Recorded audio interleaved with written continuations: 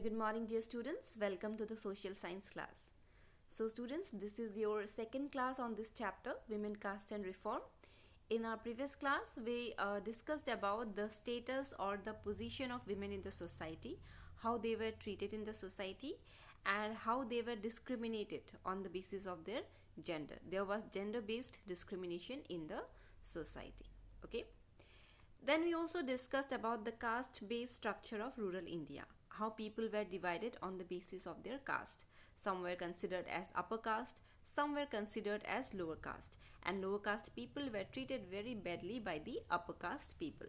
They were considered as untouchables. Alright?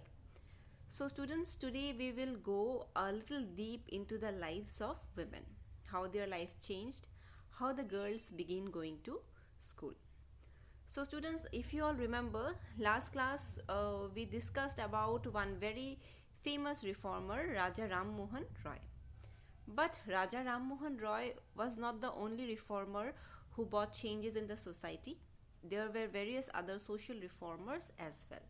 So today we will throw some light on the work which were done by the other reformers as well. Alright. So students, at the end of today's class, you all will be able to justify or support how Raja Ram Mohan Roy, then another important reformer Ishwar Chandra Vidyasagar and various other reformers, their efforts towards changing the lives of women. You all will be able to justify their contribution towards the lives of women. Okay. Not only that, you all will also be in a position to explain the gradual change in the society. Okay, how initially the girls were not allowed to get education and how later on they were allowed to go to school or get education. Okay. So students, as far as Raja Ram Mohan Roy is concerned, he was particularly moved by the pathetic situation of widows in the society. Okay, the problem or the issue which touched him the most was the issue of widow. And the thing that the widows were required to burn themselves in the funeral pyre of their husband, that is the Sati Pratha, it affected him a lot. Okay, so he particularly worked towards changing the lives of women. Okay, he was an expert in different languages. He was well versed in Sanskrit, Persian and various other languages. So what he did was, the field where he was expert in these languages. So he started expressing his viewpoints regarding this kind of evil customs in the society through his write-ups. Okay, so he started writing on these evil practices of the society. Okay, and as he wrote this kind of things, his writings, it got spread, and people from different parts of the country, they got to know this, and they developed a certain kind of emotion and they started movements against this. So this was the beginning of the change. Okay, it was Raja Ram Mohan Roy's write-ups which helped in changing the lives of widows. Okay, then came the British officials. If you all remember, students, the British officials too tried to change the Indian society. They tried to brought various reforms. They tried to remove this Sati Pratha. Then they were the ones who encouraged widow remarriage. So the British officials too, they supported the idea of Raja Ram Mohan Roy. They were in fact very much critical of these conservative practices which prevailed in India, or which were there in India. Okay, they agreed to Ram Mohan Roy's views, and they too wanted to put an end to this kind of evil practices. So with the combined effort of Ram Mohan Roy and the company officials, this Sati process, this Sati Pratha, it was finally banned in 1829. So this was the first achievement of Raja Ram Mohan Roy and the company. Okay, this was indeed a good move. Okay, this strategy of Ram Mohan Roy, students, it was later on adopted by the other reformers as well. So what they did, whenever they wanted to change some evil customs of the society which were harmful for the society, what they did, they started finding verses or sentences in the ancient texts that could support their idea. Raja Ram Mohan Roy also did the similar thing. He wanted to abolish this sati pratha, so he did what? He searched for text in the ancient Indian he searched for sentences in the ancient Indian text, okay, where it was written that this kind of pratha is not at all justified. So he started searching for this kind of sentences in the ancient text which could justify his idea. Okay, the similar thing was later on done by the other reformers as well. Whenever they wanted to change any custom or any practice, they started searching for sentences or verses in the ancient text that could justify their opinion or their point of view. Okay. Then students, another very famous reformer, Ishwar Chandra Vidyasagar, he too used the ancient text to justify his idea that widows could remarry. In the ancient text, probably it was somewhere written that widows could remarry. So he used the same ancient text as a proof to show to the society that yes, widows could also remarry. Okay. His suggestions were later on adopted by the British officials, and finally a law was passed in 1856 that permitted widow remarriage. So you can see another contribution which was made by Ishwar Chandra Vidyasagar, another very famous social reformer. Okay. Then students, even though this kind of laws were passed, there were people in the society who were not ready to accept this kind of changes. They were not ready to accept that widows also could remarry. So those who were against widow remarriage, they strongly criticized Vidyasagar and they started boycotting him. Boycotting him means he was completely ignored. Okay. So this kind of moves which were taken by the company and the reformers were not accepted wholeheartedly by the conservative society. Then students, by the second half of the 19th century, various movements it started taking place in different parts of the country. People started developing awareness. People started to know, people came to know how evil this kind of practices are. They should not continue, right? So different kind of movements started in favor of widow remarriage. Okay. Then there was another reformer, Veerasalingam Pantulu. Okay, so Veerasalingam Pantulu, he formed an association for widow remarriage, where the widows were particularly encouraged for remarriage. If any help was required, they were given the help as well. Okay, so this association was started by another reformer, Veerasalingam Pantulu, in the Telugu speaking areas of Madras Presidency. Then students, in the north, there was Swami Dayanand Saraswati, another very famous reformer, who founded the association which was named as Arya Samaj. So Arya Samaj too supported widow remarriage. So you can see in different nooks and corners of India, there were reformers who were trying to change these lives of women, who were trying to promote widow remarriage. Not only this one, your Raja Ram Mohan Roy, but along with Raja Ram Mohan Roy, several other reformers were also trying to bring changes in the lives of women. Ishwar Chandra Vidyasagar, Veerasalingam Pantulu, then Swami Dayanand Saraswati, etc. Okay.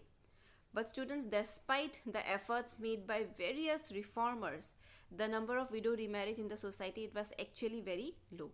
Because even though they were trying to bring the change, people were not accepting the change. So most of the widows, even if they wanted, they were reluctant to remarry. Okay, because they knew that if they get married once again, the society will not accept them. Okay, they will be looked down upon by the society. So because of this conservative attitude of the society, the number of widow remarriage in the society, it was very, very less. Okay. And there were people who continued to oppose this kind of new laws and reforms. So students, this is the picture of Ishwar Chandra Vidyasagar. Okay. And then this is the picture of Dayanand Saraswati. Then students, coming to the situation of girls, how they begin going to school. We have discussed about the issue of widow remarriage and how it was promoted by various social reformers, what kind of efforts were made by them.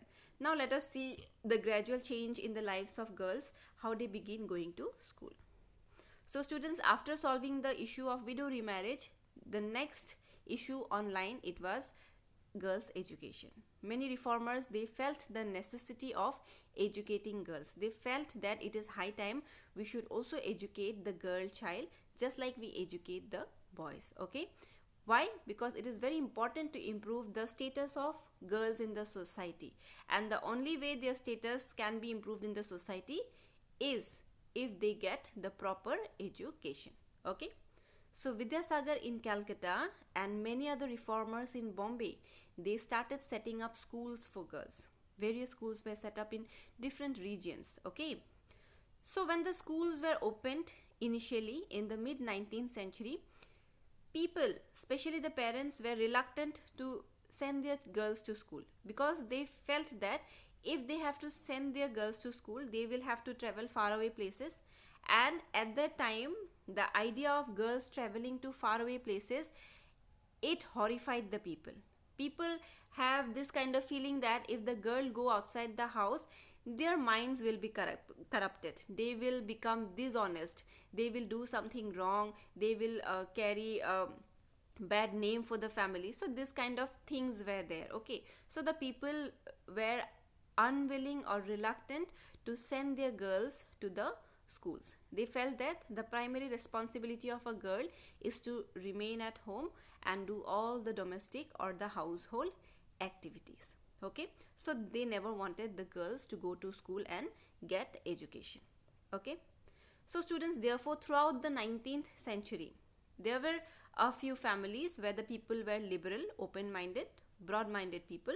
So in such families, even though the girls were not allowed to go to schools, there the father who was educated or the husband who was educated, they themselves taught their daughters or their wives. Okay, so even though schools were opened, girls were not allowed to go. Instead, in most of the liberal families, the husband or the father preferred to teach his wife or daughter on his own. And then sometimes the girls themselves, they started studying on their own. They taught themselves. Okay, there is one instance. There was one social reformer, Rasundari Devi. Okay, she was very much keen to get education. She had this desire of studying. So what she did, she secretly learned to read and write at night when everyone in the house was asleep. She used to take out the textbook, she used to read, she used to write without the knowledge of anyone. Okay, even the lights were switched off, so she used to read and write in the light of candle at night. This is how she got her education, because she has that willingness within her to read and write. So this kind of instances were available at that time. So students, in the later part of the century, that means towards the end of 19th century, schools for girls were set up by the Arya Samaj in Punjab and another reformer, Jyotirao Phule, in Maharashtra. Different kinds of movements were started. Okay, and then there were Muslim aristocratic households in North India. Aristocratic means someone which very rich or royal, or you can say the elite classes of people. Okay, the rich and the powerful people. So in the rich aristocratic families of the Muslim families, women, they started learning to read the Quran in Arabic. Okay, for them learning the Quran, it was very important. So they started learning how to read the Quran in Arabic. Now who will teach them how to read the Quran? For that, other women, nowadays we have home tutors, right? So at that time, other women were called to their places who can teach them how to read the Quran. So they were taught by other women who came to their houses to teach them. Okay. Then there were certain women reformers as well. For example, Mumtaz Ali, she reinterpreted the verses from the Quran to argue for women's education. She could very well read the Quran. So there were sentences written in the Quran which supported girls' education, women's education. So, with the help of such verses or sentences in the Quran, she argued for women education. She said that even the Quran is saying that girls should get education. Then why the society is not allowing them to get education? So, with the help of the verses in the Quran, she started arguing for, or she started working for women's education. Okay. Then students, slowly and gradually, the novels came up, the Urdu novels, okay, and they were written from the late 19th century, okay, and the primary purpose of these novels was to encourage women to read about religion, so that they also know about the importance of religion, as well as domestic management, how to manage a house, how to manage the household activities, etc. So the primary purpose of this kind of novels was to encourage the girls to know about religion and to know about domestic management in a language that they could understand, their own language, that is Urdu. Okay. So this is how, students, you can see the society gradually changed, right? Initially the sati pratha was there, later on it was abolished. Then widow remarriage was also encouraged. Various reformers worked for this, right? And then slowly and gradually girls education also was promoted by various reformers, right? Schools were set up. Then there were various women reformers who too worked, or who too contributed towards girls education. All right. So students, these are the keywords which we have got today. Campaign. Campaign means some kind of movement. Okay.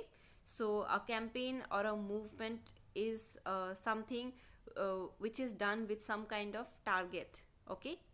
Then next is the verse. Verse means the sentences which are written in the ancient text. Corrupting means dishonest feeling. Okay. Liberal means open-minded or broad-minded. And aristocratic means the rich classes of people, the elite classes. So students, these are your homework. First question: analyze the efforts made by various social reformers in changing the lives of women. So you basically have to write about the role played by different social reformers in changing the lives of women. It can be in terms of widow remarriage, it can be in terms of education as well. Okay. Second question: highlight the contributions made by women in spreading women's education in the society. You can write the example of Mumtaz Ali, then you can write the example of Rasundari Devi. So plenty of examples you will get from this video only. You can use those and frame your answer. Okay. And then the last question is: who founded the Arya Samaj and when? Okay. So this is all for today's class. In case you have any doubt, do let me know. Kindly submit your homework in Google Classroom in your usual time, that is 8 to 9 p.m. And thank you so much, students. See you all in the next class.